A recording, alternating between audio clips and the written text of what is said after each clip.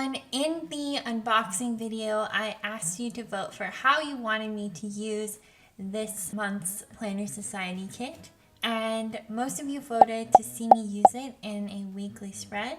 There was also a request for using it to make pockets and a request to use it to make dashboards, so I'm going to combine those two in a way that I haven't done before. We're going to go over several different ideas for decorating a weekly spread with an emphasis on ways to use scrapbook paper in a planner. To begin, I'm going to cover up the sidebar with some of the scrapbook paper. I liked this lace pattern, so I decided to cut it off and use it as a border. Then I wanted to do something a little different with the dates this time, so I covered them up with scrapbook paper. I cut the tabs in half and used the silver stickers to label the days of the week.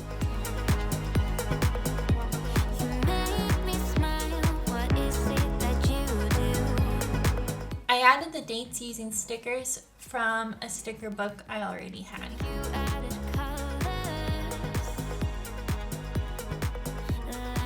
I used this Mammy punch on some of the scrapbook paper and on the cards to create full boxes that represent different assigned blocks of time. For example, the boxes during the week represent the time that I am working.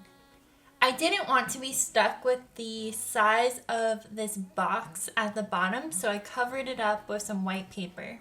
I also noticed that there was this star cutout in the glittery edge borders, so I decided to use them as check boxes for my to-do list.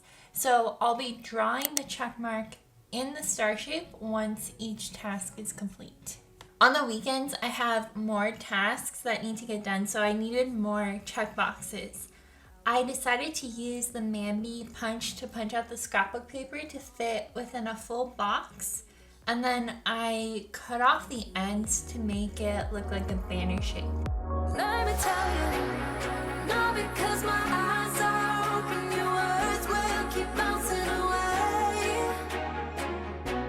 And even if you're trying to hurt me, my skin's getting thicker each day. I don't know how you fall asleep at night, knowing that your words are hurtful instead. I cut out a banner shape from scrapbook paper to indicate when church starts on Sunday.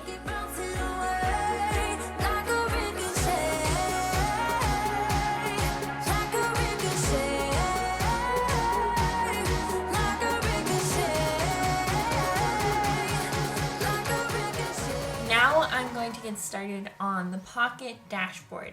I'm tracing this stencil onto the scrapbook paper.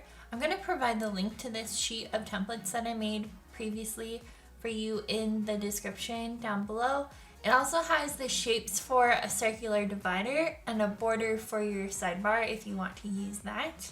I just printed mine onto cardstock. I cut it out with some scissors and used a pencil to trace the shape onto the scrapbook paper. I'm using one of the sparkly bow acetate cards for a chore tracker. I'm using these chore stickers that I already had to indicate the chores that I want to complete. Then I'm drawing in the check boxes onto the acetate using a permanent marker. So my plan for this is to use a wet erase marker, not a dry erase marker, to check off the chores I complete. At the end of the week, I can use a wet paper towel to remove the check marks and start fresh. Of course, you could use this concept to create a tracker for anything that you need to track. It doesn't have to just be for chores. One of the potential advantages of using a pocket versus just punching holes in the side of the tracker itself is that you have this option of hiding it away in the back of the dashboard, and you could change up the design of the pocket dashboard that you are using when you feel like it, switch it out, and at the same time continue to use the same acetate chore tracker because it can be easily transferred from pocket to pocket. Now I'm using the same stencil from before to cut a scallop shape out of the shiny flower acetate. I trace this onto the acetate using a pencil. Just keep on doing what you do, doing what you do, doing what you do, doing what you do, doing what you do, do what you like, do what you like to do, do what you like, do what you like.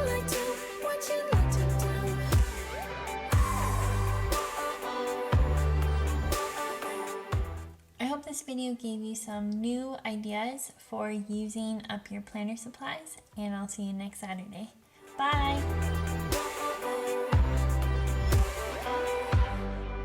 Ain't no one stopping you. Try to express yourself in your own way, and we could have some fun. No problems coming